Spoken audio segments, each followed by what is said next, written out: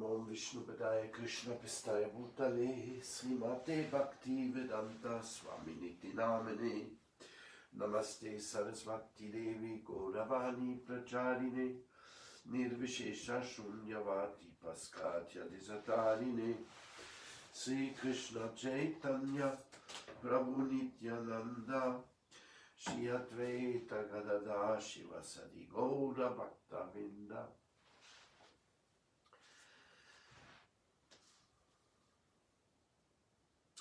Whatever you do to establish a temple, always there's some need for finances. So temples usually have different types of collections, donations. In different parts of the world, different systems have been utilized.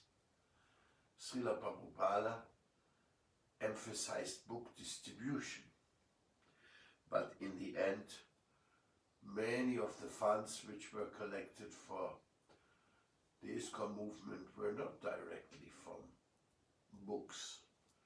Sometimes they were selling candles, sometimes they were selling paintings, sometimes they were selling cookies, sometimes they were just asking donations in different forms, in different ways, in different countries.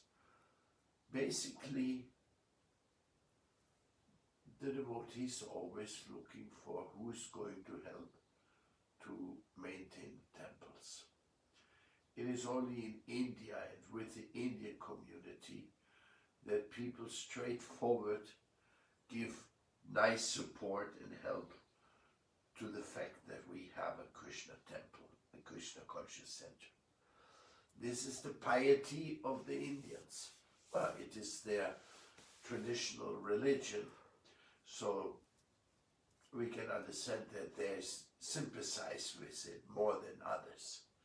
But in order to make a temple in the Western world, you have to find a way which is so much according to time, place, and circumstances that general instructions do not have much value. I remember in South America, in many of the places, especially the small cities, we opened bakeries to maintain the temple because the local transports for going into buses and distributing books every day were very small. There were hardly any buses, so that system from the big cities was not functioning there. But we wanted to have little temples or temples in every place. You remember, it's about opening a temple in the heart of everyone, what to speak of every village, little town, and so. So how to gain support, financial support in those places? Obviously, it requires always new ideas. Restaurants have helped. Sometimes the devotee restaurants are quite famous. Govinda restaurants, many people go there, they like it, they know that we have good sattvic food, or better said, prasadam. So that is there. Financial management. Prabhupada already gave the advice, not the far thing should be spent which is not for Krishna. So every penny which comes in from donation, collection, or whatever should be noted down, should be written down. And then as the money is being spent, it should also be noted down. So these are basic things anybody will tell you about managing anything. But in Krishna conscious especially, we are expected to be transparent and managing things according to the sweet will of Srila Prabhupada and Sri Krishna. And that is a system which requires a very good bookkeeping. I mean, this is so much common sense. The treasurer and the bookkeeper should never be the same person. They should always check on each other whether how they are doing things.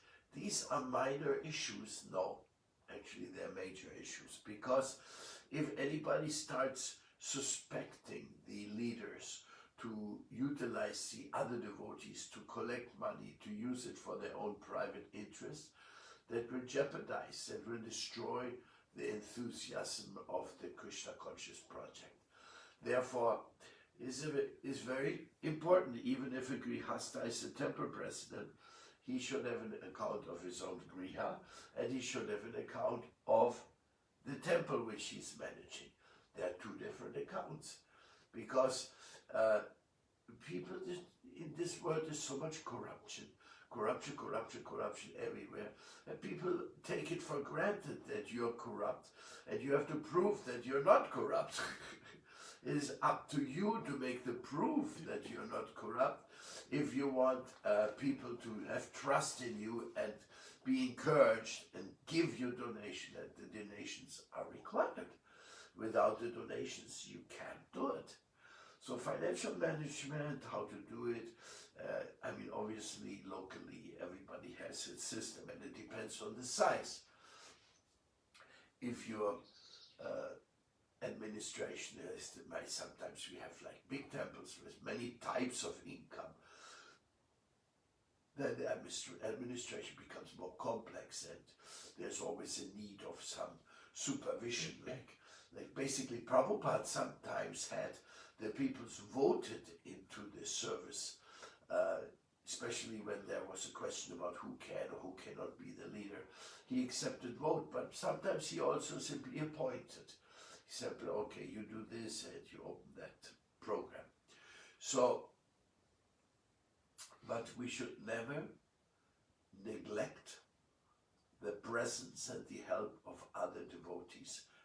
And if they're older devotees, or if they're living outside the temple, but they're donors, they are participants of the community, you should give an Istagosti platform or some platform where they can participate and feel satisfied that this temple is transparently managed.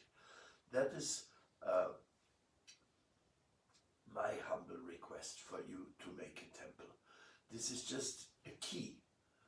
And you will see that through that key, you will never have headache with administration.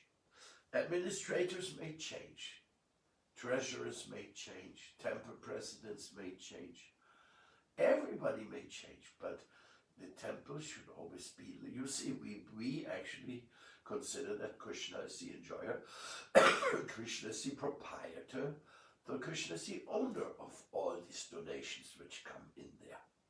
And you are just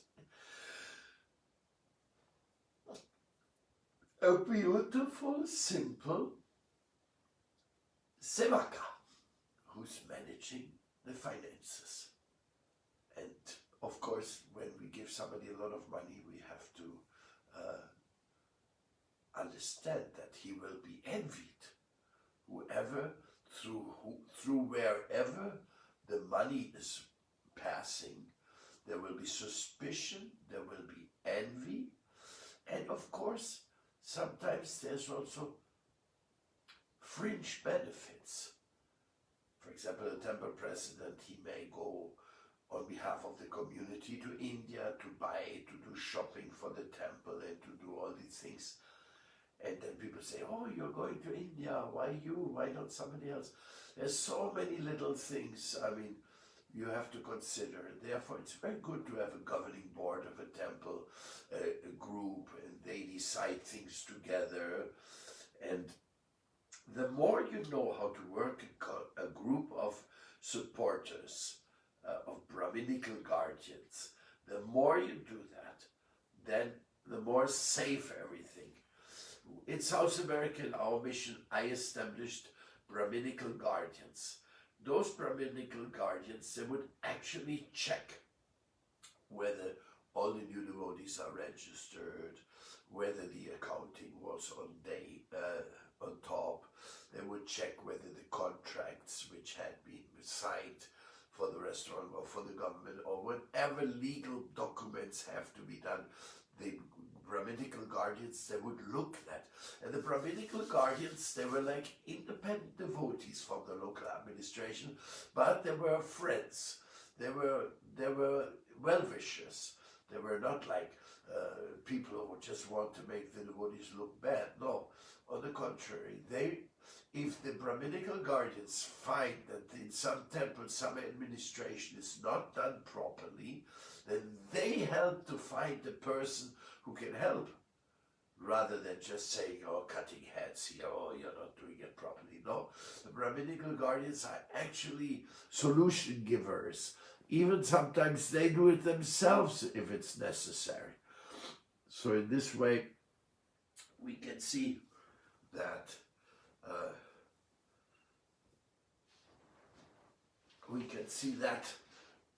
many things have been taken care of by involving more responsible devotees.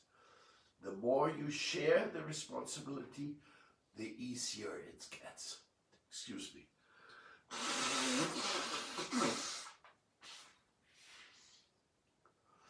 So, this subject of perfect administration is very essential. You know, you open a temple in the Western world, means there's not much support. You have to create new ideas how to raise funds. You have to inspire the people who love you to participate, to keep giving support, the members of the community, so that they will give monthly donations. You have to see that they're inspired by sending some sometimes a temple report on how much is, what's happening in the temple. All these things are quite important. If you do them properly, then you will see not only you won't have big problems, but on top of that, the things get better and better and better and better. Of course, for example, a temple has a car, very nice, but then who drives the car? Who has the benefit of the car? Because when you go out with the car in South America, a car is something very not the temples, they don't have many cars. And you go to India, some temples have 50 cars, so it is, or to America, so it's not a subject of discussion practically. But in the Western world, when we use this a car, you have to make sure a real responsible driver drives, and he makes sure that the car is well maintained. All these things are part of administration. And as I say, some fringe benefits are there. And the fringe benefits should be distributed by the local administrative board to the people who need them, who are most benefited by it, or through whom the temple is the most benefited by it. I mean, simple things, no? Like we have, when some devotee gets sick, then we want to have a conscious doctor, some doctor in the community who will give this medical attention to the devotee. If somebody is in need for taking a course to do a bit better service, so then maybe temple decides, oh, you take this course so you can do that service to the community better. I mean, these are basically just rudimental questions, but one thing is a fact. The better you manage a temple, the more satisfaction will be there, and the more growth will be there. And we want a temple to grow. We want more and more people to get involved. We want that Krsna Consciousness is a big success story. And you are the one who is managing this success story. If you're taking the initiative, if you're trying everything to establish Krsna Conscious Center in the world. And Lord Krishna himself is there. Krishna says, I am there where people unite in my name. There's many stories to this regard, that wherever people do austerities and they come together in Krishna's name, that Krishna will be, his blessing will be. As a matter of fact, everything happens in and around the temple. It has to do something with Lord Krishna himself, because Krishna is the well-wisher of all living beings. He is, and if somebody works on his behalf, then you can be sure that all the blessings which are coming will be directed and blessed by Krishna. But don't forget, even Prabhupada, he waited many years before he had success. Sometimes trial periods are there. It doesn't all go automatically. Sometimes we see big tests, and also we see in the temples that big struggles happen. Like, for example, some devotees fall back to intoxication or something like that, and then you have to try to get them out of these bad habits. Actually, bad habits, there's plenty of bad habits. I remember one person, he was a great devotee, really. Everybody loved him, but came Christmas, he went out, got drunk. That was his I don't know, his anartha or his samskara, that every time Christmas and New Year came, these 2 days, he couldn't stop. He went out and got drunk. So we were thinking, shall we tolerate that?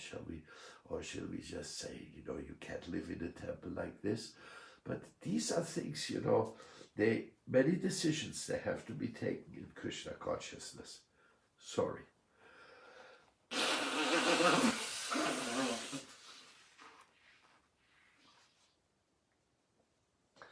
Many decisions have to be taken, and these decisions involve every facet of human life.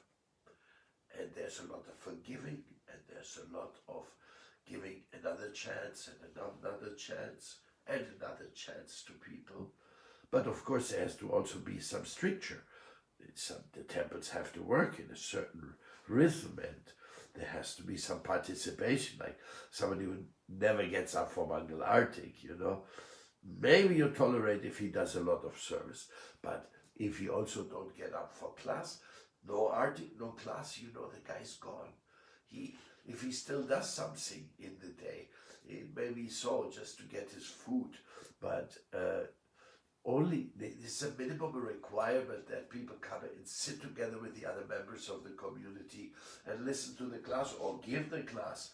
This is a very important thing, preaching.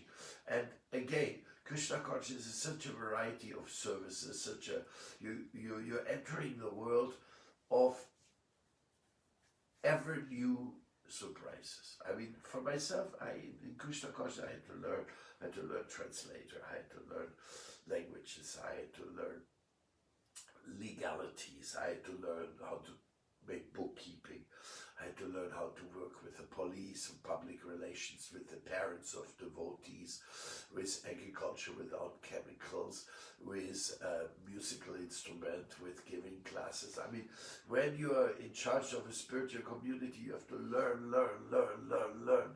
more and more. And don't hesitate, this is good. You are not expected to be perfect in anything. You try your best. By trying your best, you're doing the best. You see? If you expect somebody to do everything perfect, well, then you first find the perfect. But you will not find the perfect, you will find the imperfect. Krishna consciousness is the challenge to turn the imperfect into perfect by serving and by learning, by surrendering, by listening to advanced devotees, and so and so and so. Krishna consciousness has so many facets. It is absolutely amazing. And people who observed Srila Prabhupada's movement, they were so surprised to see how many things the devotees did without having a specific education for that. That is also something which we have seen. So I request you transparent, transcendental management, and you will be very grateful for having taken that advice, because that means your temple will get better and better and better economically. And of course, you have to inspire the devotees to go out for collection. Nobody will go out for collection if he's not feeling in the heart, this is what we need here for our temple. And brahmacharis traditionally go out for collection. This is part of their brahmachari life.